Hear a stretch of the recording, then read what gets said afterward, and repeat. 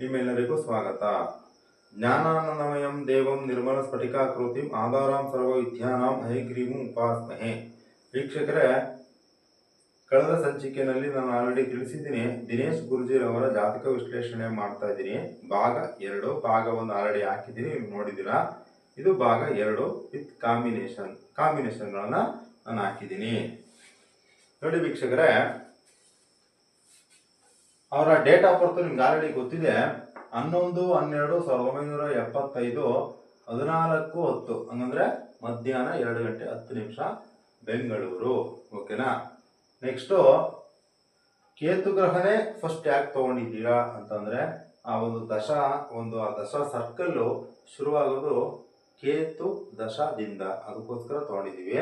ನೋಡಿ, ಯಾರಿಗೇ ಆಗಲಿ ದಶಾ ಭುಕ್ತಿ, ಕೇತು ದಶಾ ಸ್ಟಾರ್ಟ್ ಆಗುತ್ತೆ, ನೆಕ್ಸ್ಟು ಶುಕ್ರ ದಶ ಸ್ಟಾರ್ಟ್ ಆಗುತ್ತೆ, ಸೂರ್ಯ ದಶ ಸ್ಟಾರ್ಟ್ ಆಗುತ್ತೆ, ಚಂದ್ರ ದಶ ಸ್ಟಾರ್ಟ್ ಆಗುತ್ತೆ, ಮಂಗಳ ದಶ ಸ್ಟಾರ್ಟ್ ಆಗುತ್ತೆ, ಆಮೇಲೆ ರಾಹು, ಆಮೇಲೆ ಗುರು, ಆಮೇಲೆ ಶನಿ, ಆಮೇಲೆ ಬುಧ. ಈ ಒಂದು ಪ್ಯಾಟ್ರನ್ ಅಲ್ಲೇ ಹೋಗ್ತಾ ಇರುತ್ತೆ. ಅದಕ್ಕೋಸ್ಕರ ನಾನು ತಗೊಂಡಿದ್ದೀನಿ. ಆಮೇಲೆ ಇದು 4 ಗ್ರಹ ಇಲ್ಲಿ ತಗೊಂಡು 5 ಗ್ರಹ ಇಲ್ಲಿ ತಗೊಂಡಿದ್ದೀನಿ. ಇಲ್ಲಿ ಕಂಟಿನ್ಯೂ ಮಾಡೋಕ್ಕೆ ಜಾಗ ಇಲ್ಲ ಅಂತ ನಾನು ಅಲ್ಲೇ ಬರೆದಿದ್ದೀನಿ. ಓಕೆನಾ ವೀಕ್ಷಕರೇ, ಈ ಒಂದು ದಿನೇಶ್ ಗುರೂಜಿರವರ ಜಾತಕದ ಒಳಾಂಗಣ ಏನು ಅಂತ ನಾನು ತಿಳಿಸ್ತೀನಿ. ಅದಕ್ಕೂ ಮುಂಚೆ ಕೆಲವೊಬ್ರು, ಈಗ ಯಾರೋ ಬುದ್ಧಿವಂತರಾಗಿರ್ತಾರೆ, ಸರ್ ನಮಗೆಲ್ಲ ಗೊತ್ತು, ಡೈರೆಕ್ಟ್ ನೀವು ಪ್ರೆಡಿಕ್ಷನ್ ಹೋಗಿ ಅಂತಾರೆ. ಹಂಗೆ ಮಾಡೋಕ್ಕಾಗಲ್ಲ. ಸ್ವಲ್ಪ ಗೊತ್ತಿಲ್ಲದಿರೋನು ಕರ್ಕೊಂಡು ಹೋಗ್ಬೇಕಲ್ಲ, ಅವ್ರು ಕಲ್ತ್ಕೋಬೇಕಲ್ಲ. ಅದು ನನ್ನ ಮುಖ್ಯ ಉದ್ದೇಶನೇ ಅದು. ಹಂಗಾದ್ರೆ ಆರಾಮಾಗಿ ದಿನೇಶ್ ಗುರೂಜ್ ಕ್ಲಾಸ್ಗೆ ಹೋದ್ರೆ ಅಲ್ಲೇ ಹೇಳ್ಕೊಟ್ಬಿಡ್ತಾರೆ. ಆದರೆ ಕೆಲವೊಂದು ಡೌಟ್ ಇರುತ್ತೆ, ಅರ್ಥ ಆಯ್ತಾ? ಕೆಲವೊಬ್ರು ಸ್ಲೋ ಇರ್ತಾರೆ, ಅವ್ರಿಗೂ ಅರ್ಥ ಆಗಬೇಕು, ಅವ್ರನ್ನೂ ಸ್ವಲ್ಪ ಮೇಲೆತ್ತಬೇಕು. ಇದೇ ನನ್ನ ಮಹೋದ್ದೇಶ. ಓಕೆನಾ, ಆಯ್ತಾ? ಸೊ ದಿನೇಶ್ ಗುರೂಜಿರವರ ಜಾತಕ ವಿಶ್ಲೇಷಣೆ ನಾನು ಮಾಡ್ತೀನಿ. ಓಕೆನಾ. ಅದಕ್ಕೂ ಮುಂಚೆ ಆ್ಯಪಲ್ಲಿ ಈ ಥರ ಬರುತ್ತೆ, ಅದರ ಅರ್ಥ ಏನು ಎತ್ತ ಅಂತ ಅದೊಂದು ಕೆಲವೊಂದು ಭಾಗಗಳಿದೆ ಅಥವಾ ಒಂದು ವಿಶೇಷತೆಗಳಿದೆ. ಅದನ್ನ ನಾನು ನಿಮಗೆ ತಿಳಿಸ್ತೀನಿ. ಆಮೇಲೆ ನಾನು ಪ್ರೆಡಿಕ್ಷನ್ಗೆ ಹೋಗ್ತೀನಿ. ಓಕೆನಾ ವೀಕ್ಷಕರೇ,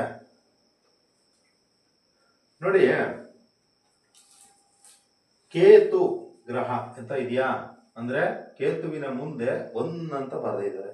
ಅದು ಆಪಲ್ಲೂ ಅದೇ ರೀತಿ ಬರುತ್ತೆ, 1 ಅಂತ ಇದೆಯಾ.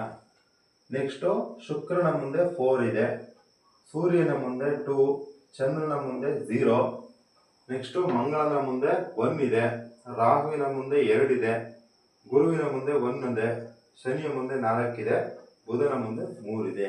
ಏನು ಈ ಸಂಖ್ಯೆಗಳು ಏನನ್ನ ಹೇಳುತ್ತೆ, ಏನನ್ನ ಸಂದೇಶವನ್ನ ರವಾನಿಸುತ್ತದೆ ಅಂತ ನಾವು ತಿಳ್ಕೊಳ್ಳೋಣ. ಇದರ ಅರ್ಥ ಇಷ್ಟೇ.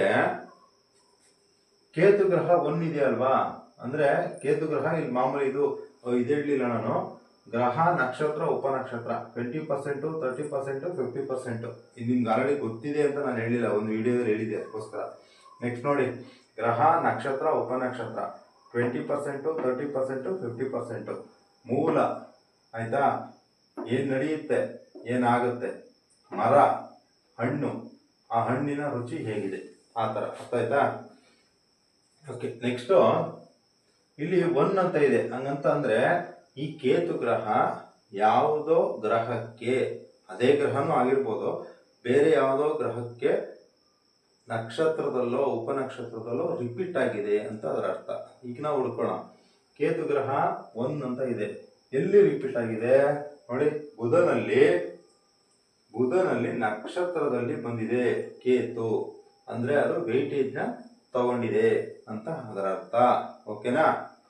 ಸೊ ಇನ್ನೊಂದು ಹೇಳ್ತೀನಿ ನೋಡಿ, ಚಂದ್ರಗ್ರಹ 0 ತಗೊಂಡಿದೆ. 0 ಅಂದ್ರೆ ಏನು, ಬೇರೆ ಗ್ರಹಗಳಿಗೆ ನಕ್ಷತ್ರಾಧಿಪತಿಯಾಗಿಯೋ ಉಪನಕ್ಷತ್ರಾಧಿಪತಿಯಾಗಿಯೋ ಬಂದಿಲ್ಲ ಅಂತ ಅದರ ಅರ್ಥ. ಓಕೆನಾ. ಈಗ ಚೆಕ್ ಮಾಡೋಣ. ಏನು ಚಂದ್ರನೊಂದು ನಂಬರ್ ಏನು, ನಂಬರ್ ಅಂದ್ರೆ ಏನು, ಅದೇನು ಇದು ಮಾಮೂಲಿ ಆರ್ಡಿನರಿ ನಂಬರ್ ಅಲ್ಲ, ಇದು ಕುಂಡಲಿ ನಂಬರ್. ಹಂಗಂದ್ರೆ 5ನೇ ಮನೆ ಅಧಿಪತಿ 12ರಲ್ಲಿ ಇದ್ದಾನೆ ಅಂತ ಅದರ ಅರ್ಥ, ಅದೇ ನಂಬರ್. ಓಕೆನಾ. ಈಗ 5-12 ಕಾಂಬಿನೇಷನ್ ನಮಗೆ ನಕ್ಷತ್ರದಲ್ಲಿ ಉಪನಕ್ಷತ್ರದಲ್ಲಿ ಬರಬೇಕು, ಬೇರೆ ಯಾವ ಗ್ರಹಲಾದ್ರೂ ಸರಿ ಬರಬೇಕು. ಬಂದಿದೆಯಾ ಅಂತ ಚೆಕ್ ಮಾಡೋಣ, ಬನ್ನಿ. ನೋಡಿ, ನಕ್ಷತ್ರ ಬಂದಿಲ್ಲ ಅಂದ್ರೆ 5-12 ಬಂದಿಲ್ಲ. ನೋಡಿ ಈ ಕಡೆ ನೋಡಿ, 5-12 ಬಂದಿಲ್ಲ. ಇಲ್ಲಿ ನೋಡಿ, ಇದು ಗ್ರಹ ಬಿಟ್ಬಿಡಿ, ಗ್ರಹದಲ್ಲಿ ಬರಕ್ ಸಾಧ್ಯನೇ ಇಲ್ಲ. ಆಯ್ತಾ, ನಕ್ಷತ್ರದಲ್ಲಿ ಬಂದಿಲ್ಲ. ಇಲ್ಲಿ 12 ಇದೆ, 5 ಇಲ್ಲ ಅಂದ್ರೆ ಅದು ಗುರು ತಗೊಂಡೈತೆ. ಓಕೆನಾ. ಇಲ್ಲಿ ಯಾವುದಿಲ್ಲ, ಹಂಗಂದ್ರೆ ಏನಾಯ್ತು, 0 ಆಗೋಯ್ತು. ಆಮೇಲೆ ನನಗೆ ನಮ್ಮ ವೀಕ್ಷಕರೊಬ್ಬರು ಕಾಲ್ ಮಾಡಿ ಕೇಳಿದರು, ಸರ್ ಗ್ರಹಕ್ಕೆ ಈಗ ನೀವು ನಕ್ಷತ್ರ ಮತ್ತು ಉಪನಕ್ಷತ್ರಕ್ಕೆ ಜಾಸ್ತಿ ಪ್ರಿಫರೆನ್ಸ್ ಕೊಡ್ತೀರಾ, ಹಂಗಂದ್ರೆ ಗ್ರಹಕ್ಕೇನು ಬೆಲೆ ಇಲ್ವಾ ಅಂತ ಕೇಳಿದ್ರು. ಗ್ರಹಕ್ಕೆ ಬೆಲೆ ಇದೆ. ಯಾವಾಗ ಗೊತ್ತಾ? ಆ ಗ್ರಹ ಬೇರೆ ಗ್ರಹಗಳಿಗೆ ಅಥವಾ ಅದೇ ಗ್ರಹಕ್ಕಾಗಲಿ ನಕ್ಷತ್ರಾಧಿಪತಿಯಾಗಿಯೋ ಉಪನಕ್ಷತ್ರಾಧಿಪತಿಯಾಗಿಯೋ ಬಂದಾಗ ಮಾತ್ರ ಬೆಲೆ. ಇಲ್ಲ ಅದ್ಯಾವುದು ಬೇರೆ ಗ್ರಹಕ್ಕೆ ನಕ್ಷತ್ರಾಧಿಪತಿ ಉಪನಕ್ಷತ್ರಾಧಿಪತಿಯಾಗಿ ಬರಲಿಲ್ಲ ಅಂದಾಗ ಅದಕ್ಕೆ ಬೆಲೆ ಇಲ್ಲ, ವೇಸ್ಟ್ ಅಂತ ಅದರ ಅರ್ಥ. ಓಕೆನಾ? ಅದಕ್ಕೆ ಇಲ್ಲಿ 0 ತಗೊಂಡಿದೆ. ಚಂದ್ರ 12ನೇ ಮನೆಯಲ್ಲಿ ಇದ್ರೂ 0 ಅಂದ್ರೆ ಏನು ಪ್ರಯೋಜನ ಇಲ್ಲ ಅಂತ ಅದರ ಅರ್ಥ. ಓಕೆನಾ? ನೆಕ್ಸ್ಟ್ ಶುಕ್ರ 4 ಸತಿ ರಿಪೀಟ್ ಆಗಿದ್ದಾನೆ. ಓಕೆನಾ? ಇಲ್ಲಿ ಮೂಲ ಗ್ರಹ ಇದ್ಬಿಟ್ಬಿಡಿ, ಇದನ್ನ ನಕ್ಷತ್ರ ಉಪನಕ್ಷತ್ರದಲ್ಲಿ ಮಾತ್ರ ನಾವು ಹುಡುಕ್ಬೇಕು, ಅದೇ ಮೇನ್ ರಿಸಲ್ಟ್ ಕೊಡೋದು. ಓಕೆನಾ? ಶುಕ್ರ ಗ್ರಹ ಈಗ ನೋಡಿ, ನೀವು ಕೇಳ್ತೀರಾ ಸರ್ ಇಲ್ಲೇ 3 ಅಂದ್ರೆ 3ನೇ ಮನೆ 8ನೇ ಮನೆ ಅಧಿಪತಿ 7ರಲ್ಲಿ ಕುಂತ್ಕೊಂಡಿದ್ದಾನೆ ಶುಕ್ರ, ಇಲ್ಲೇ ಇದಾನಲ್ಲ? ಇಲ್ಲ, ಇಲ್ಲಿ ನೋಡಿ ನಾನು 2 ಲೈನ್ಗಳನ್ನ ಹಾಕೊಂಡಿದ್ದೀನಿ. ಓಕೆನಾ? ಅದರ ಅರ್ಥ ಏನಂದ್ರೆ ಇದು ಬಂದು ಈ ಸಂಖ್ಯೆನ ರಾಹು ತಗೊಂಡಿದ್ದಾನೆ ನೋಡಿ, 7 3 8 3 8 7 ಇದನ್ನ ರಾಹು ತಗೊಂಡಿದ್ದಾನೆ. ಅದಕ್ಕೋಸ್ಕರ ಇದನ್ನ ಹಾಕೊಂಡಿದ್ದೀನಿ. ಈ ತರ ಲೈನ್ ಇರೋದೆಲ್ಲ ರೆಟ್ರೋಗ್ರೇಡ್. ಬೇರೆ ಸುಮಾರು ಕಡೆ ಇದೆಲ್ಲ ಸಿಗುತ್ತೆ, ಅವೆಲ್ಲ ರೆಟ್ರೋಗ್ರೇಡ್. ಓಕೆನಾ? ನೆಕ್ಸ್ಟ್ ನೋಡಿ, ಶುಕ್ರನ ಇವಾಗ ಎಷ್ಟು ಸತಿ ರಿಪೀಟ್ ಆಗಿದ್ದಾನೆ ಶುಕ್ರ ಅಂತ ನಾವು ಕ್ರಾಸ್ ಚೆಕ್ ಮಾಡೋಣ. ಓಕೆನಾ? ಇಲ್ಲಿ ಅಂತ ಕೊಟ್ಟವ್ರೆ 4 ಅಂತ ಕೊಟ್ಟವ್ರೆ. ಈಗ ನಾವೇನ್ ಮಾಡೋಣ, 1 ಅಲ್ಲೂ ಇಲ್ಲ, ಓಕೆ ಇಲ್ಲೆಲ್ಲೂ ಇಲ್ಲ. ಇಲ್ಲಿ ತಗೊಳ್ಳೋಣ ಬನ್ನಿ. ನೋಡಿ, ಒಂದು ಸತಿ ರಿಪೀಟ್ ಆಗಿದಾನ ಉಪನಕ್ಷತ್ರದಲ್ಲಿ, 2 ಸತಿ ರಿಪೀಟ್ ಆಗಿದಾನ ಉಪನಕ್ಷತ್ರದಲ್ಲಿ, ಅಲ್ಲಿ ನೋಡಿ ಆಯ್ತಾ. 3 ಸತಿ ರಿಪೀಟ್ ಆಗಿದಾನ ಉಪನಕ್ಷತ್ರದಲ್ಲಿ, 4 ಸತಿ ರಿಪೀಟ್ ಆಗಿದಾನ ಉಪನಕ್ಷತ್ರದಲ್ಲಿ. ಅಲ್ಲಿಗೇನಾಯ್ತು? 4 ಸತಿ ರಿಪೀಟ್ ಆಗಿದ್ದಾನೆ ಅಂತ ಅದರ ಅರ್ಥ. ಅದಕ್ಕೇನೆ ಇಲ್ಲಿ 4 ಅಂತ ಬಂದಿದೆ, ಇಲ್ಲ ಅಂದ್ರೆ ಬರ್ತಿರ್ಲಿಲ್ಲ. ಅದೇ ರೀತಿ ಸೂರ್ಯ 2, ಚಂದ್ರ 0, ಮಂಗಳ 1, ರಾಹು 2, ಗುರು 1, ಶನಿ 4, ಬುಧ 3. ಈ ನಂಬರ್ಗಳು ಯಾಕೆ ಗುರುವಿನ ಮುಂದೆ 1 ಹಾಕವ್ರೆ, ಯಾಕೆ ಬುಧನ ಮುಂದೆ 3 ಹಾಕಿದ್ದಾರೆ ಅಂತ ನಿಮ್ಗೆ ಅರ್ಥ ಆಯ್ತಾ ಇವಾಗ? ಇದನ್ನ ಇದ್ರೆ ಎಷ್ಟು ಸತಿ ರಿಪೀಟ್ ಆಗಿದ್ದಾರೆ ಅಂತ ಇದರ ಅರ್ಥ. ಓಕೆನಾ? ಅದಕ್ಕೆ ಯಾವತ್ತೇ ಆಗ್ಲಿ ನಾವು ಜಾತಕಕ್ಕೆ ಹೋಗಕ್ಕೆ ಮುಂಚೆ ಏನು ಇದರ ಅರ್ಥ ಏನು, ಇದು ಹೆಂಗೆ ಅಂತ ತಿಳ್ಕೋಬೇಕು. ಈಗೊಂದು ಕ್ಲಾರಿಟಿ ಮತ್ತೆ ನಿಮ್ಗೆ. ಓಕೆ, ನೆಕ್ಸ್ಟ್ ನೋಡಿ, ಇಲ್ಲೊಂದು ಡೈಮಂಡ್ ಚಿತ್ರ ಇದೆ. ಡೈಮಂಡ್ ಅಂದ್ರೆ ನಾನು ಇದನ್ನ ಡೈಮಂಡ್ ತರ ಬರ್ದಿದ್ದೀನಿ, ಆಕ್ಚುಲಿ ಇದು ಡೈಮಂಡ್ ಅಂತಾನೆ ತಗೊಳ್ಳಿ ಆಯ್ತಾ. ಡೈಮಂಡ್ ಇದೆ. ನೆಕ್ಸ್ಟ್ ಚಂದ್ರನಲ್ಲಿ ಡೈಮಂಡ್ ಇದೆ. ಓಕೆನಾ?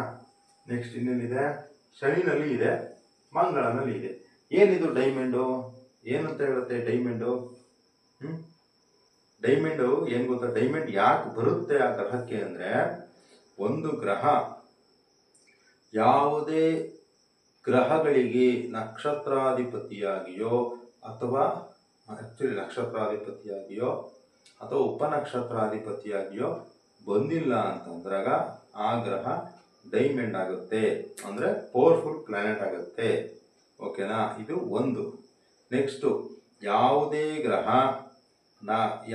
ಗ್ರಹ ತನ್ನ ಸ್ವಂತ ನಕ್ಷತ್ರದಲ್ಲಿ ಇದ್ರೆ ಅದು ಡೈಮಂಡ್ ಆಗುತ್ತೆ, ಅಂದ್ರೆ ಪವರ್ಫುಲ್ ಪ್ಲಾನೆಟ್ ಆಗುತ್ತೆ. ಓಕೆನಾ? ಇದ್ರ ರಿಸಲ್ಟ್ ಏನು? ಅದರಲ್ಲಿ ಏನೇ ನೆಗೆಟಿವ್ ಇರಲಿ ಅದನ್ನ ಹೊಡೆದಾಕಿ ಪಾಸಿಟಿವ್ ರಿಸಲ್ಟ್ ಅನ್ನೇ ಕೊಡುತ್ತೆ. ಇದು ಪ್ಲಸ್ ಪಾಯಿಂಟ್. ಓಕೆನಾ? ಈಗ ನಾವು ಕ್ರಾಸ್ ಚೆಕ್ ಮಾಡೋಣ. ನೋಡಿ, ಚಂದ್ರ ಡೈಮಂಡ್ ತಗೊಂಡಿದ್ದಾನೆ. ಚಂದ್ರನ ಕಾಂಬಿನೇಷನ್ ಏನು? 5-12. ಯಾವುದೇ ಗ್ರಹಗಳಿಗೆ ನಕ್ಷತ್ರಾಧಿಪತಿಯಾಗಿಯೋ ಉಪನಕ್ಷತ್ರಾಧಿಪತಿಯಾಗಿಯೋ ಉಪನಕ್ಷತ್ರಾಧಿಪತಿಯಾಗಿಯೋ ಚಂದ್ರ ಬಂದಿಲ್ಲ. ಅಲ್ಲಿಗೇನಾಯ್ತು? ಚಂದ್ರನ ಹತ್ರ 5-12 ಇದ್ರೂ ಸುಧಾ ಅವನು ಏನು ಎಫೆಕ್ಟ್ ಆಗಲ್ಲ, ಅದರಿಂದ ಏನು ಸಮಸ್ಯೆ ಆಗಲ್ಲ ಅಂತ ಅದರ ಅರ್ಥ. ಅಂದ್ರೆ ಒಳ್ಳೇದೇ ಆಗುತ್ತೆ, ಕೆಟ್ಟದಂತೂ ಆಗಲ್ಲ ಅಂತ ಅದರ ಅರ್ಥ. ಓಕೆನಾ? ನೆಕ್ಸ್ಟ್ ಯಾವ್ದು ಡೈಮಂಡ್ ತಗೊಳ್ಳೋಣ. ಶನಿ ಏನ್ ಮಾಡಿದಾನೆ? 11 ಮತ್ತು 12ರ ಅಧಿಪತಿ 4ನೇ ಮನೆಯಲ್ಲಿ ಇದ್ದಾನೆ ಶನಿ. ಓಕೆನಾ? ಇವನು ಬೇರೆ ಗ್ರಹಗಳಿಗೆ ಇನ್ನೊಂದು ಹೇಳ್ತೀನಿ ನೋಡಿ, ಇವನು ತನ್ನ ಸ್ವಂತ ನಕ್ಷತ್ರದಲ್ಲಿ ಇದ್ದಾನೆ. ಇದೇ ಶನಿ ಮತ್ತೆ 4, 11, 12 ಅಂದ್ರೆ ಶನಿ ತನ್ನ ಸ್ವಂತ ನಕ್ಷತ್ರದಲ್ಲಿ ಇದ್ದಾನೆ. ಅದಕ್ಕೋಸ್ಕರ ಶನಿಗೆ ಡೈಮಂಡ್ ಬಂತು, ಪವರ್ಫುಲ್ ಪ್ಲಾನೆಟ್ ಆಯ್ತು. ಅದರಿಂದ ಶನಿ ಅವನ ಹತ್ರ ಏನೇನು ನ್ಯೂನ್ಯತೆಗಳಿದ್ರು ಅದನ್ನ ಹೊಡೆದಾಕಿ ಪಾಸಿಟಿವ್ನೇ ಕೊಡ್ತಾನೆ. ಇದು ಇದರ ಅರ್ಥ ವೀಕ್ಷಕರೇ. ಓಕೆನಾ. ಮಂಗಳನಿಗೂ ಇದೆ, ಶುಕ್ರನಿಗೂ ಇದೆ. ಓಕೆನಾ. ಅದರಲ್ಲಿ ಮುಖ್ಯವಾಗಿ ಇವಾಗ ಇವ್ರು ನಡೀತಾ ಇರುವಂತಹ ದಶ, ಓಕೆನಾ, ದಶ ಬಂದು ಶುಕ್ರ ದಶೆ ನಡೀತಾ ಇದೆ. ನಮ್ಮ ದಿನೇಶ್ ಗುರೂಜಿಯವರಿಗೆ ಶುಕ್ರ ದಶೆ ನಡೀತಾ ಇದೆ. ಮತ್ತು ಭುಕ್ತಿ, ರಾಹು ಭುಕ್ತಿ ಮತ್ತು ಅಂತರ್ಭುಕ್ತಿ, ರಾಹುವಿನ ಅಂತರ್ಭುಕ್ತಿ ನಡೀತಾ ಇದೆ. ಓಕೆನಾ. ಇದಕ್ಕಿನ್ನ ಮುಂಚೆ ಸ್ವಲ್ಪ ಹಿಂದೆ ಹೋಗೋಣ. ಅವ್ರು ಸ್ವಲ್ಪ ಅವರ ಜೀವನದ ಹಿನ್ನೆಲೆಯನ್ನ ಅಥವಾ ಹಿಂದಿನ ಜೀವನವನ್ನ ಸ್ವಲ್ಪ ನಾವು ಅದನ್ನ ನೋಡಿ ಮುಂದೆ ಹೋಗೋಣ. ಓಕೆನಾ. ಶುಕ್ರ ದಶೆ ಬರೋಕ್ಕಿಂತ ಮುಂಚೆ ಕೇತು ದಶೆ ಇತ್ತು. ಓಕೆನಾ. ಕೇತು ದಶೆ ಬರೋಕ್ಕಿಂತ ಮುಂಚೆ ಬುಧ ದಶೆ ಇತ್ತು. ಇನ್ನು ಬುಧ ದಶೆಗೆ ಹೋಗೋಣ. ಓಕೆನಾ. ಬುಧ ದಶೆಗಳಲ್ಲಿ ನೋಡಿ 9, 4, 7, 1, 7, 2, 3, 4, 7, 8, 9, 11, 12, 7, 3, 8 ಹಿಂಗೆಲ್ಲ ಇದೆ. ಅದರ ಅರ್ಥ ಏನಂದ್ರೆ ಇವರು ಬಂದು ಬುಧ ದಶೆಯಲ್ಲಿ ಸಿಕ್ಕಾಪಟ್ಟೆ ಓದಿದ್ದಾರೆ ನೋಡಿ. 9 ಆಲ್ವೇಸು ಹೈಯರ್ ಎಜುಕೇಶನ್, 4, 7 ಹಂಗಂದ್ರೆ ಒಂದು ಶಿಕ್ಷಣವನ್ನು ಕಲಿತು 4 ಜನದ ಜೊತೆ ಹೇಳುವಂಥದ್ದು. ಇದು ಹಿಂಗಾಗಿದೆ, ಹಿಂಗೆ ಬಿಟ್ಟಿದೆ, ಹೆಂಗೆ ಏನಾಯ್ತು ಅಂತ ಡಿಸ್ಕಷನ್ ಮಾಡಿದ್ದಾರೆ ಇವರು ಅಂತ ಅದರ ಅರ್ಥ, ಮೂಲ. ಓಕೆನಾ.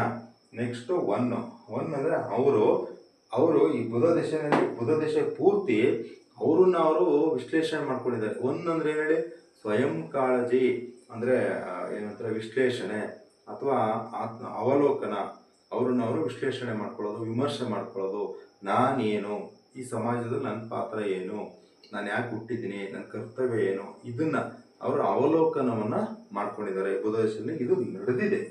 ಕೊನೆಗೇನಾಗಿದೆ, 3, 8, 7 ಅಂದ್ರೆ ಇವರು ಉದ್ಯೋಗ ಆ ಟೈಮಲ್ಲಿ 7 ಆಲ್ವೇಸ್ ನಿಮ್ಗೆ ಹೇಳಿದ್ದೀನಿ ನಾನು ಆಲ್ರೆಡಿ. 7ನೇ ಮನೆ ಪಬ್ಲಿಕ್ ರಿಲೇಟೆಡ್ ಬಿಸ್ನೆಸ್ಸು. ಅವರು ಒಂದು MBA ಮಾಡಿದ್ದಾರೆ, BBM MBA ಮಾಡಿದ್ದಾರೆ. ಬಟ್ ಸೇಲ್ಸ್ ರೆಪ್ರೆಸೆಂಟೇಟಿವ್ ಆ ಲೆಕ್ಕಾಚಾರದಲ್ಲೆಲ್ಲ ಬಂದು ಒಂದು ಪಬ್ಲಿಕ್ ರಿಲೇಟೆಡ್ ಆಗಿ ಜಾಬ್ನ ಮಾಡಿಕೊಂಡು ಬಂದಿರುವಂಥದ್ದು. ಹೇಳಿ 7, 3, 8. ಓಕೆನಾ. ಇದು ಬುಧ ದಶೆಯಲ್ಲಿ ನಡೆದಿದೆ. ಅದರ ಜೊತೆಗೆ ಇಲ್ಲಿ ಮೂಲ ನೋಡಿ 4, 9 ಹಂಗಂದ್ರೆ ಹೈಯರ್ ಎಜುಕೇಶನು. ಅದರಿಂದ ಇವರು ಜ್ಯೋತಿಷ್ಯದಲ್ಲಿ ಅವಾಗಲೇ ಇವರು ಜ್ಯೋತಿಷ್ಯವನ್ನ ಚೆನ್ನಾಗಿ ಕಲಿತು ಎಕ್ಸ್ಪರ್ಟ್ ಆಗಿ ಸೋಮವಾರದಿಂದ ಶನಿವಾರದವರೆಗೂ ಇವರು ಇದನ್ನ ಕೆಲಸ ಮಾಡ್ತಾ ಇದ್ರು.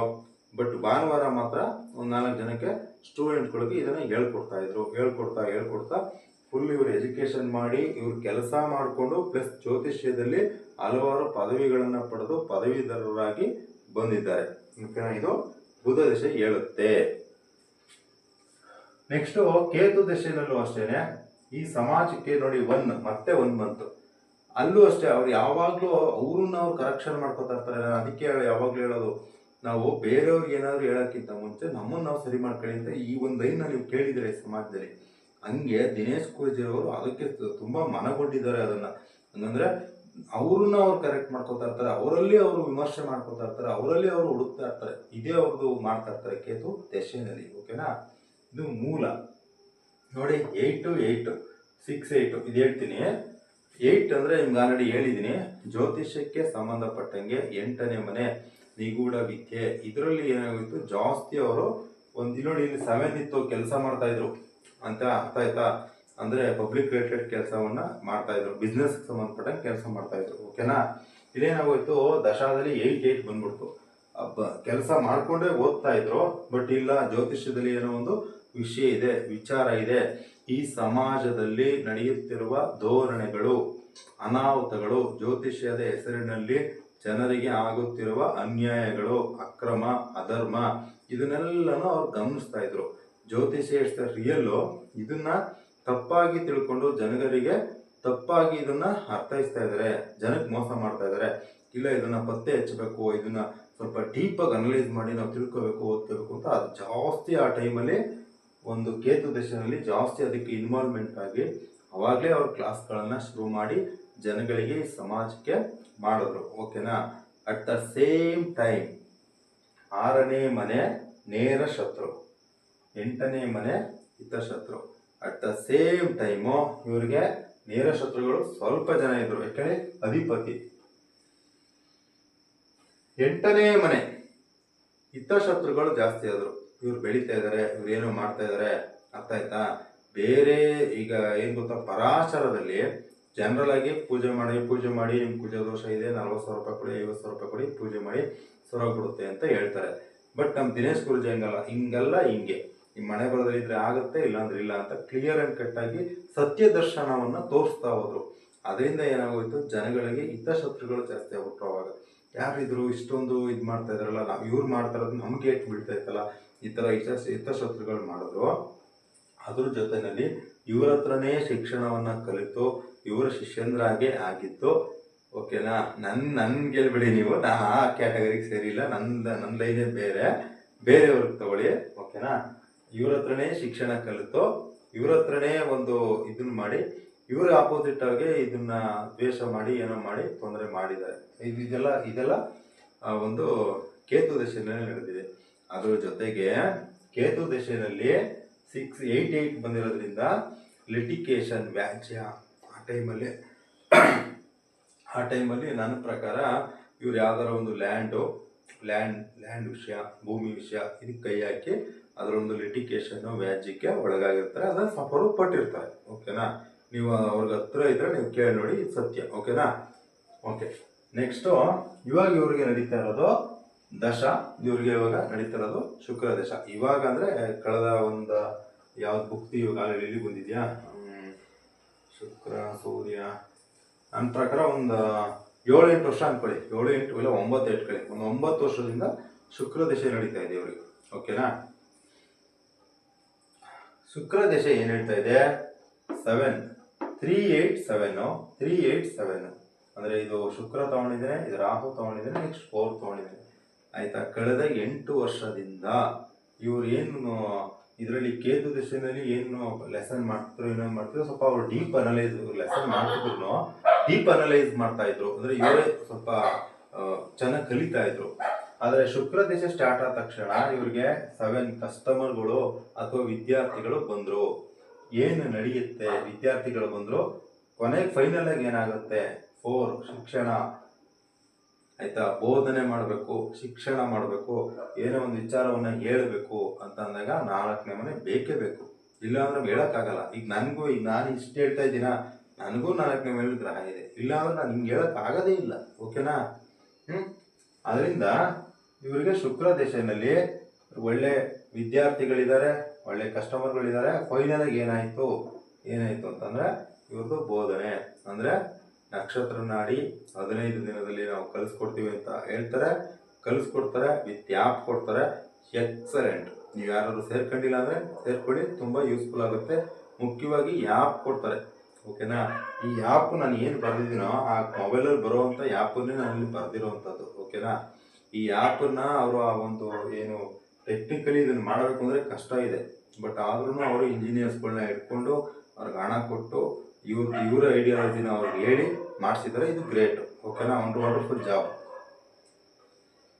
ಇದು ಶುಕ್ರ ದಶೆ ಮುಗಿಯೋವರೆಗೂ ಇವ್ರಿಗೆ ಇದೆಲ್ಲ ನಡೀತಾನೆ ಇರುತ್ತೆ. ಓಕೆನಾ. ನೆಕ್ಸ್ಟ್ ನೋಡಿ 3-8 ಬಂದ್ಬಿಟ್ಟೈತೆ. ಓಕೆನಾ. 3 ಅಂದ್ರೆ ಧೈರ್ಯ, 8 ಅಂದ್ರೆ ಸ್ವಲ್ಪ ಇದು ಏನು ಹೇಳೋದು ಇದಕ್ಕೆ, 3 ಅಂದ್ರೆ ಧೈರ್ಯ, 8 ಅಂದ್ರೆ ಸ್ವಲ್ಪ ಜಗಳ ಮಾಡೋದು, ಮೇಲ್ ಬೀಳೋದು, ಆ ತರ ಸ್ವಭಾವ ಅಂತ ತಗೊಳ್ಳಿ. ಈ 3-8 ಸೇರ್ಕೊಂಡ್ಬಿಟ್ಟೈತೆ. 3-8 ಜೊತೆ 5 ಸೇರ್ಕೊಂಡ್ಬಿಟ್ರೆ ಡೇಂಜರು. ಪ್ಯೂರ್ ಆಗಿ ಬರ್ಬೇಕು ಅಂತ ಇರ್ತಾರೆ. ಕರೆಕ್ಟಾ. ಪ್ಯೂರ್ ಆಗಿ ಬರ್ಬೇಕು ಅಂದ್ರೆ ಏನ್ ಗೊತ್ತಾ, 3-8-5 ಈ ತರ ಪ್ಯೂರ್ ಆಗಿ ಬರ್ಬೇಕು. ಈ 5 ಇಲ್ಲಿ ಬಂದ್ಬಿಡ್ತು ಬೇಡ. ಈಗ 3-8 ಇಲ್ಲ ಐತೆ, 5 ಇಲ್ಲ ಐತೆ, ಅವಾಗ ಸ್ವಲ್ಪ ಅದ್ರದ್ದು ಪರಿಣಾಮ ಕಡಿಮೆ ಅಂತ. ಪ್ಯೂರ್ ಆಗಿ ಬರ್ಬೇಕು ಅಂದ್ರೆ ಏನು, 3-8-5 ಇಲ್ಲೇ ಬರ್ಬೇಕು ಅಂದ್ರೆ ಒಂದು ಗ್ರಹದಲ್ಲೇ ಬರ್ಬೇಕು ಅಂತ ಅದರ ಅರ್ಥ. ಓಕೆನಾ. ಇಲ್ಲೇನಾಗ್ಬಿಡ್ತು 3-8-7 ಇದೆ ಅಂದ್ರೆ ಇವ್ರ ಕಸ್ಟಮರ್ ಇದ್ದಾರೆ, ಸ್ಟೂಡೆಂಟ್ಸ್ಗಳಿದ್ದಾರೆ, ಎಲ್ಲ ಇದ್ದಾರೆ. 3-8 ಇರೋದ್ರಿಂದ ಕೋಪ, ಅಗ್ರೆಸಿವ್ ಆಗ್ತಾರೆ ಅಷ್ಟೇ. ಆದ್ರೂ 7 ಐತೆ ಆದ್ರೂ ಅವ್ರ ಇಷ್ಟ, ಅವ್ರನ್ನ ಬಿಟ್ಕೊಡಕ್ಕಾಗಲ್ಲ. ಯಾಕೆ ಕೋಪ ಮಾಡ್ಕೊಂಡು ಏನ್ ಗೊತ್ತಾ, ಇನ್ನೊಂದು ಲೈನ್ ಹೇಳ್ತೀನಿ ನೋಡಿ, ಅಂತರಂಗದಲ್ಲಿ ಕಲ್ಮಶ ಇಲ್ಲದವನು ಬೈಬಿಡುವುದಲ್ಲೂ ಪ್ರೀತಿ ಕೊಡುತ್ತಾನೆ ಅಂತ ನೀವು ಕೇಳಿದಿರ. ಅಂದ್ರೆ ಇವ್ರ ಒಳಗಡೆ ಏನೂ ಕಲ್ಮಶ ಇಲ್ಲ, ಬಟ್ ಏನಂದ್ರೆ ಸುಮ್ನೆ ಹಂಗೆ ಸರ್ ಹಿಂಗೆ ಸರ್ ಒಂಥರ ಡೌಟ್ಗಳು ಕೇಳೋದು, ಅಂದ್ರೆ ಒಂಥರ ಯೂಸ್ಲೆಸ್ ಕ್ವಶನ್ಗಳು ಕೇಳಿದಾಗ ಅದು ನಾನೇ ಆಗಲಿ ಇನ್ನೊಬ್ಬರೇ ಆಗಲಿ ಟ್ರಿಗರ್ ಆಗುತ್ತೆ, ಕೋಪ ಮಾಡ್ಕೋತಾರೆ. ಅದರಲ್ಲೂ ಈ 3-8 ಇರೋದ್ರಿಂದ ಆ ಥರ ಆಗುತ್ತೆ ಇಷ್ಟೇ. ಆದರೆ 7 ಇರೋದ್ರಿಂದ ಯಾವತ್ತು ಅವರ ಒಂದು ಫ್ಯಾನ್ ಬೇಸು ಅಥವಾ ಸ್ಟೂಡೆಂಟ್ ಬೇಸು ಕಡಿಮೆ ಆಗಲ್ಲ.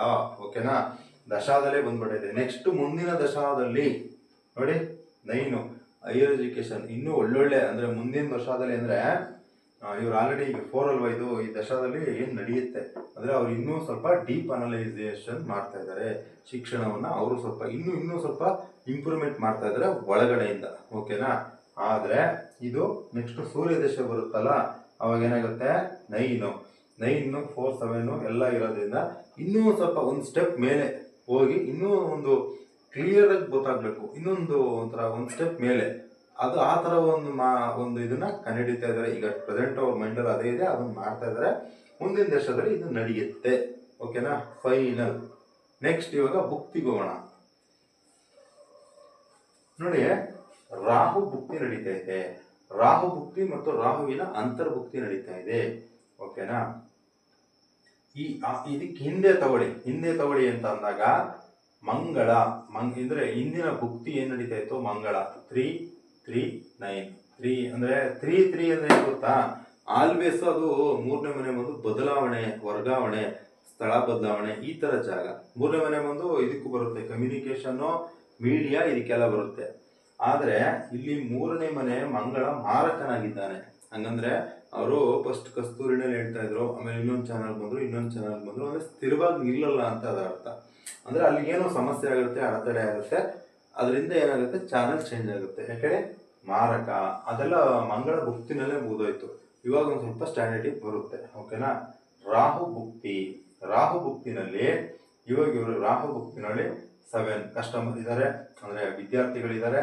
3-8 ಅವ್ರು ಬಿಡಲ್ಲ, ಅಂದ್ರೆ ಏನು ರೇಗದು ಕೋಪ ಮಾಡ್ಕೊಳ್ಳೋದು ಅದು ಬಿಡಲ್ಲ. ಓಕೆನಾ, ಆದ್ರೆ ಏನು ನಡೆಯುತ್ತೆ 12 1 10 12 ಏನು ನಡೆಯುತ್ತೆ ಹಂಗಂದ್ರೆ ಇವ್ರಿಗೆ ಇನ್ವೆಸ್ಟ್ಮೆಂಟು ಅಥವಾ ಲಾಸಸ್ ನಡೀತದೆ. ಹಂಗಂದ್ರೆ ಅವರು ದೇವಸ್ಥಾನವನ್ನ ಕಟ್ಟಿಸ್ತಾ ಇದ್ದಾರೆ, ಲೋಕೋಪಕಾರಿ ಕೆಲಸವನ್ನ ಮಾಡ್ತಾ ಇದ್ದಾರೆ. ದೇವಸ್ಥಾನ ಕಟ್ಟೋದಕ್ಕೋಸ್ಕರ ಹಲವಾರು ಫಂಡ್ಗಳು ಅಥವಾ ಒಂದು ಸ್ಟೂಡೆಂಟ್ಸ್ಗಳು ಒಂದು ಆರ್ಥಿಕ ನೆರವನ್ನ ಕೇಳಿದ್ದಾರೆ. ಆದ್ರೂ ನೀವು ಕೊಟ್ಟಿರುವಂತಹ ಆರ್ಥಿಕ ನೆರವು ಸಾಕಾಗಲ್ಲ, ಅದನ್ನ ಪೂರ್ಣಗೊಳಿಸಕ್ಕಾಗಲ್ಲ. ಅದಕ್ಕೋಸ್ಕರ ಇವರದೇ ಆದ ಸ್ವಂತ ಹಣವನ್ನ ಹಾಕಿ ಇವರು ಆ ಒಂದು ದೇವಸ್ಥಾನದ ಒಂದು ನಿರ್ಮಾಣ ವೆಚ್ಚವನ್ನ ಪೂರ್ತಿ ಮಾಡ್ತಾರೆ.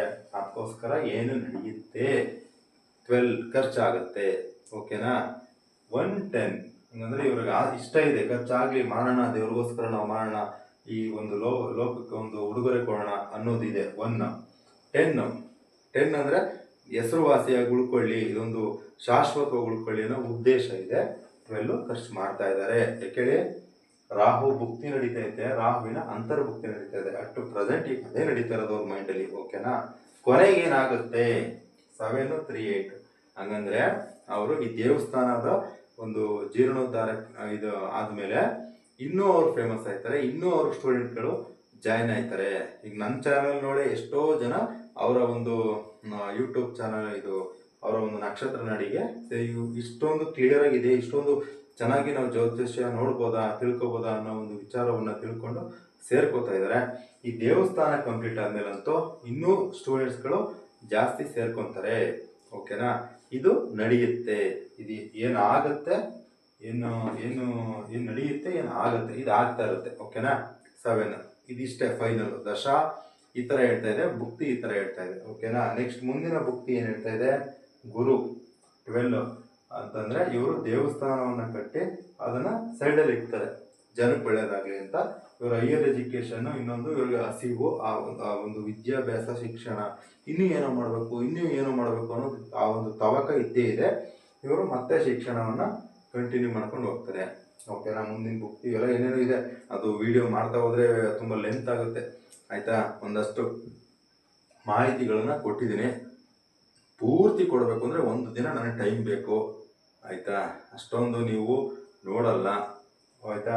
ಆದಷ್ಟು ಎಲ್ಲವನ್ನು ನಾನು ಕವರ್ ಮಾಡಿದ್ದೀನಿ. ಆದರೆ ಈ ಜಾತಕ ತುಂಬ ಚೆನ್ನಾಗಿದೆ. 7, 4, 9 ಎಲ್ಲ ಚೆನ್ನಾಗಿದೆ. ಹಂಗಂದರೆ ವ್ಯಕ್ತಿ ಫೇಮಸ್ ಆಗ್ತಾರೆ, ಹೈಯರ್ ಎಜುಕೇಷನ್ ಮಾಡ್ತಾರೆ. ಕಷ್ಟ ಅಂದರೆ ವಿದ್ಯಾರ್ಥಿಗಳಿಗೆ, ಆಪೋಸಿಟ್ ಇವರಿಗೆ ಎಲ್ಲರಿಗೂ ಚೆನ್ನಾಗಿರುತ್ತೆ. ಬಟ್ ಇಲ್ಲಿ ಏನಂದರೆ ಈ 3-8 ಇರೋದ್ರಿಂದ ಕೋಪ ಅಷ್ಟೇ. ಆಮೇಲೆ ಇನ್ನೊಂದು ಪ್ಲಸ್ ಪಾಯಿಂಟ್ ಹೇಳ್ತೀನಿ, 3-8 ಅವ್ರ ಕೋಪ ಇರಲಿ, ಏನು ಬೇಜಾರಿಲ್ಲ. 3-8 ಆಯುಷ್ ಸ್ಥಾನ, ಆಯುಷ್ ಕೊಡೋನು ಯಾರು? 3ನೇ ಮನೆ, 8ನೇ ಮನೆ. ಓಕೆನಾ. 3-8 ಜಾಸ್ತಿ ರಿಪೀಟ್ ಆಗಿರೋದ್ರಿಂದ ಅವ್ರಿಗೆ ದೀರ್ಘಾಯುಷು. ನನ್ನ ಲೆಕ್ಕಾಚಾರ, ನನ್ನ ಪ್ರಕಾರ ಅವ್ರಿಗೆ 82 ವರ್ಷ ಅಥವಾ 81 ಇಟ್ಕೊಳ್ಳಿ, 81 ಅಥವಾ 82 ಇಷ್ಟು ಆಯುಷ್ ಇದ್ದೇ ಇದೆ ಅವ್ರಿಗೆ. ಯಾವುದೇ ರೋಗನೂ ಬರಲ್ಲ, ಇನ್ನೊಂದು ಬರಲ್ಲ. ಏನಂದ್ರೆ ಆಕ್ಸಿಡೆಂಟ್ ಆಗೋಯ್ತು, ನಾನು ನಡ್ಕೊಂಡು ಹೋಗ್ಬೇಕಾದ್ರೆ ಲೈಟ್ ಕಂಬ ಮೇಲೆ ಬಿದ್ದೋಯ್ತು, ಅವೆಲ್ಲ ಏನಿಲ್ಲ. ಆಯುಷ್ ಗಟ್ಟಿ ಇದೆ. ಅರ್ಥ ಆಯ್ತಾ. 81, 82 ಅಲ್ಲಿವರೆಗೂ ನಾನು ಕೊಡ್ತೀನಿ. ನಾನು ನೋಡಿದ್ದೀನಿ ಅವ್ರ ಜಾತಕ, ಡೀಪಾಗಿ ನೋಡಿದ್ದೀನಿ. 3-8 ಯಾವತ್ತು ದೀರ್ಘಾಯುಷು. ಆಮೇಲೆ ಅವರು ಹೆಂಗೆ ಗೊತ್ತಾ, ದೇವೇಗೌಡರು ನೋಡಿದಿರಲ್ಲ ನೀವು, ಮಾಜಿ ಪ್ರಧಾನಿ, ಅವ್ರಿಗೆ ಅಷ್ಟು ವಯಸ್ಸಾಗಿದ್ರು ಆ ಗಡ್ಸು, ಆ ಒಂದು ಗಾಂಭೀರ್ಯ ಬಿಟ್ಕೊಡಲ್ಲ ಅವರು, ಅಲ್ವಾ. ಅದೇ ಥರ ಇವರು ಈಗ 50 ವರ್ಷ, ಇನ್ನು 20 ವರ್ಷ ಮುಂದಕ್ಕೆ ಹೋಗಿ 70 ವರ್ಷ ಆಗಲಿ, ಆದ್ರೂ ಇವ್ರದ್ದು ಆ ಗಡ್ಸನ್ನು ಬಿಡಲ್ಲ ಅವರು. ಬಟ್ ದೀರ್ಘಾಯುಷು ಇಲ್ಲ. ದೇವರು ಇನ್ನೂ 100 ವರ್ಷ ಇವ್ರಿಗೆ ಆಯುಷ್ ಕೊಡ್ಲಿ ಅಂತ ನಾನು ಕೇಳ್ಕೊತೀನಿ. ನಾನು ಇಲ್ಲೇ ಹೇಳ್ತೀನಿ, ದೀರ್ಘಾಯುಷು 80 ವರ್ಷದ ಒಳಗಡೆ ಸಾಯಕ್ಕೆ ಸಾಧ್ಯನೇ ಇಲ್ಲ. ಏನೇ ಇದ್ರು 81, 82. ಓಕೆನಾ. ಇದನ್ನ ನಾನು ತುಂಬ ಸ್ಟ್ರಾಂಗ್ ಆಗಿ ಹೇಳ್ತಾ ಇದ್ದೀನಿ, ಏಕೆಂದರೆ ಸುಮಾರು ಜಾತಕ ನಾನು ನೋಡಿದ್ದೀನಿ. ಓಕೆನಾ ವೀಕ್ಷಕರೇ. ಸಾಕು, ಸಮಯದ ಅಭಾವತೆ ಇರೋದ್ರಿಂದ, ಆಮೇಲೆ ವಿಡಿಯೋ ಲೆಂತ್ ಆಗಿರೋದ್ರಿಂದ ನಾನು ಮೇನ್ ಪಾಯಿಂಟ್ಸ್ಗಳನ್ನ ಹೇಳ್ತಾ ಬಂದಿದ್ದೀನಿ. ಓಕೆನಾ. ಈ ವಿಡಿಯೋ ನಿಮಗೆ ಇಷ್ಟವಾಗಿದ್ದರೆ ನೀವು ಲೈಕ್ ಮಾಡಿ, ನಮ್ಮ ಚಾನಲ್ನ ಸಬ್ಸ್ಕ್ರೈಬ್ ಮಾಡಿ. ಮುಖ್ಯವಾಗಿ ನೀವು ದಿನೇಶ್ ಗುರೂಜಿ ಕ್ಲಾಸ್ಗೆ ಸೇರ್ಕೊಳ್ಳಿ. ಆ್ಯಪ್ ಸಿಗುತ್ತೆ, ಆಮೇಲೆ PDF ಸಿಗುತ್ತೆ, ಎಲ್ಲ ಸೇರ್ಕೊಂಡು ನಿಮ್ಗೇನೋ ಡೌಟ್ ಇದ್ರೆ ಮಾಡಿದರೆ ನಮ್ಮ ವಿಡಿಯೋ ನೋಡಿದಾಗ ಆ ಸಣ್ಣ ಪುಟ್ಟ ಡೌಟ್ಗಳು ಕ್ಲಿಯರ್ ಆಗುತ್ತೆ. ಓಕೆನಾ. ನಾನು ಬಂದು ದಿನೇಶ್ ಗುರೂಜಿ ರವರ ಬೆಂಬಲಿಗ, ಅಂದರೆ ಅವ್ರಿಗೆ ಸಪೋರ್ಟಿವ್ ಆಗಿ ನಾನು ಇರೋದು. ಅರ್ಥ ಆಯ್ತಾ. ನಾನು ಅವ್ರಿಗೆ ಆಪೋಸಿಟ್ ಆಗಿ ಇಲ್ಲ. ನಮ್ಮ ಗುರೂಜಿ, ಅರ್ಥ ಮಾಡ್ಕೊಳ್ಳಿ. ಓಕೆನಾ. ನಮಸ್ಕಾರ ವೀಕ್ಷಕರೇ. ಇಲ್ಲಿವರೆಗೂ ನಮ್ಮ ಕಾರ್ಯಕ್ರಮವನ್ನು ನೋಡಿದ್ದಕ್ಕೆ ಧನ್ಯವಾದಗಳು. ನಿಮ್ಮ ಅನಿಸಿಕೆ, ಅಭಿಪ್ರಾಯವನ್ನು ಕಮೆಂಟ್ ಬಾಕ್ಸ್ನಲ್ಲಿ ತಿಳಿಸಿ. ಮತ್ತು ನಾನು ಆಲ್ರೆಡಿ ಮಾತು ಕೊಟ್ಟಿರೋ ಪ್ರಕಾರ ಭಾಗ 3 ಕಸ್ಪಲ್ ಬಗ್ಗೆ ಹೇಳ್ತೀನಿ ಅಂತ ಹೇಳಿದ್ದೀನಿ, ಅದನ್ನು ನಾನು ಹೇಳ್ಕೊಡ್ತೀನಿ. ಓಕೆನಾ. ಇದೇನಂದರೆ ಒಂದೇ ವಿಡಿಯೋದಲ್ಲಿ ಪೂರ್ತಿ ತಿಳಿಸೋಕ್ಕಾಗಲ್ಲ. ಓಕೆನಾ. ನಾನು ಹೇಳ್ಬಿಟ್ರೆ ನಿಮ್ಗೆ ಅರ್ಥ ಆಗಲ್ಲ. ಅಂದರೆ ಒಂದೇ ದಿವಸದಲ್ಲಿ ನಿಮಗೆ ಜಾಸ್ತಿ ಊಟ ತಿನ್ಸಿದ್ರೆ ಅದು ಆಗಲ್ಲ. ನಿಧಾನಕ್ಕೆ ಬೆಳಗ್ಗೆ, ಮಧ್ಯಾಹ್ನ, ರಾತ್ರಿ ಹಿಂಗೆ ಕೊಟ್ಕೊಂಡು ಬಂದ್ರೆ ಅದು ಮೈಗತ್ತದು, ಅಲ್ವಾ. ಅದಕ್ಕೋಸ್ಕರ ಹೋಗ್ತಾ ಚಾನಲ್ ನೋಡ್ತಾ ಇರಿ. ಹೋಗ್ತಾ ಗೊತ್ತಾಗುತ್ತೆ. ದಿನೇಶ್ ಗುರೂಜಿ ಕ್ಲಾಸ್ಗೆ ಯಾರು ಸೇರ್ಕೊಂಡಿರೋ ದಯವಿಟ್ಟು ಸೇರ್ಕೊಳ್ಳಿ. ಈ ನನಗಿಂತ ಇನ್ನೂ ಚೆನ್ನಾಗಿ ಹೇಳ್ಕೊಡ್ತಾರೆ, ಅಲ್ವಾ. ಅವ್ರು ಸ್ಟೂಡೆಂಟ್ ಆಗಿ ನಾನೇ ಈ ಮಟ್ಟಕ್ಕೆ ಹೇಳ್ಕೊಡ್ತಾ ಇದ್ದೀನಿ ಅಂದರೆ ಅವ್ರು ಇನ್ನೂ ಹಿಂಗೆ ಹೇಳ್ಕೊಡ್ಬೋದು. ಯೋಚನೆ ಮಾಡಿ. ದಯವಿಟ್ಟು ಸೇರ್ಕೊಳ್ಳಿ. ಒಳ್ಳೆಯದಾಗಲಿ. ನಿಮ್ಮ ಭವಿಷ್ಯ ನೀವು ನೋಡ್ಕೊಳ್ಳಿ ಮತ್ತು ಮೌಢ್ಯತೆಗೆ ಒಳಗಾಗಬೇಡಿ. ಓಕೆನಾ. ನಮಸ್ತೆ ವೀಕ್ಷಕರೇ.